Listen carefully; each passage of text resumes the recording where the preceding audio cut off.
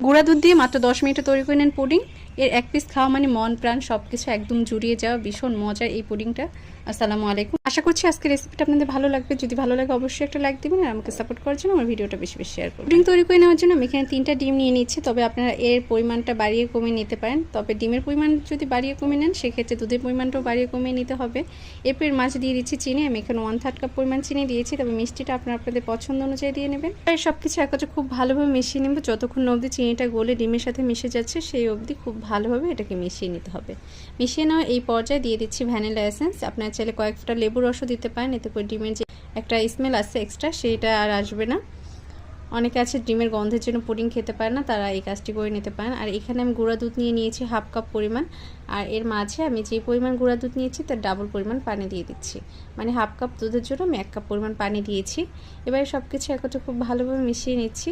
মিশিয়ে নেওয়া হয়ে গেলে আগে থেকে যে চিনির মিশ্রণটা রেডি করে রেখেছিলাম, ডিম চিনি মিশ্রণ, তার মাঝে ঢেলে দিচ্ছি। এবার সব কিছু একত্রে খুব ভালোভাবে মিশিয়ে নেব।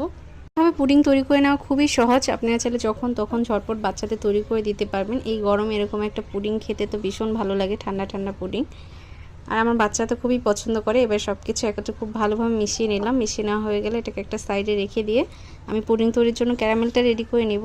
এই জন্য এখানে 1/4 কাপ পরিমাণ চিনি নিয়েছি আর সামান্য পরিমাণ পানি দিয়ে ক্যারামেলটা তৈরি করে নিচ্ছি। সামান্য পরিমাণ পানি দিয়ে ক্যারামেলটা তৈরি করে নিলে সময় নিয়ে তৈরি করে নেওয়া যায়, এতে করে পারফেক্ট একটা ক্যারামেল তৈরি করে নেওয়া যায়। চুলা আঁচটা বাড়িয়ে নিয়ে ক্যারামেলটা তৈরি করে নিচ্ছি। আর এই পর্যায়ে যখন এমন একটা কালার চলে এসেছে সেই পর্যায়ে চুলা আঁচটা বন্ধ করে দিচ্ছি, তা না হলে আবার পুরো কালো তিতো হয়ে যাবে। এবার যে পাত্রে আমি পুডিংটা সেট করব সেই পাত্রে ঢেলে নিচ্ছি। ঢেলে নেওয়া হয়ে গেলে হাতের সাহায্যে একটু ছড়িয়ে নিলেই হয়ে যাবে। গরম থাকা অবস্থায় এই কাজটি করে নিতে হবে, যদি ঠান্ডা হয়ে যায় সেক্ষেত্রে আবার আপনি ঠিকঠাকভাবে ছড়িয়ে নিতে পারবেন না। তাই চেষ্টা করবেন গরম থাকা অবস্থায় এই কাজটি করে নিতে। আমি হাতের সাহায্যে খুব ভালোভাবে ছড়িয়ে নিয়েছি। এবার এটাকে কয়েক সেকেন্ডের জন্য রেখে দিলেই সেট হয়ে যাবে, কারণ এটা সেট হতে খুবই অল্প সময় লাগে। যখন সেট হয়ে যাবে সেই পর্যায়ে দুধ ডিমের যে মিশ্রণটা ছিল সেটা ঢেলে দিচ্ছি। একটি ছাঁকনির সাহায্যে ছেঁকে নিচ্ছি, এতে করে এর ভিতরে যদি কোনো লাঞ্চ থেকে থাকে সেগুলো বাইরে বেরিয়ে আসবে। চেষ্টা করবেন যে একটা ছাঁকনির সাহায্যে ছেঁকে দেওয়ার জন্য, এতে করে পুডিংটা পারফেক্টভাবে সেট হবে, খেতে ভালো লাগবে এবং দেখতেও ভালো লাগবে। এবার এটাকে সেট করে নেওয়ার জন্য আমি একটা হাঁড়িতে পানি দিয়ে নিয়েছি আর একটা সুতি কাপড় দিয়ে নিয়েছি। আপনারা চাইলে একটা স্ট্যান্ডের উপর বসিয়ে নিতে পারেন।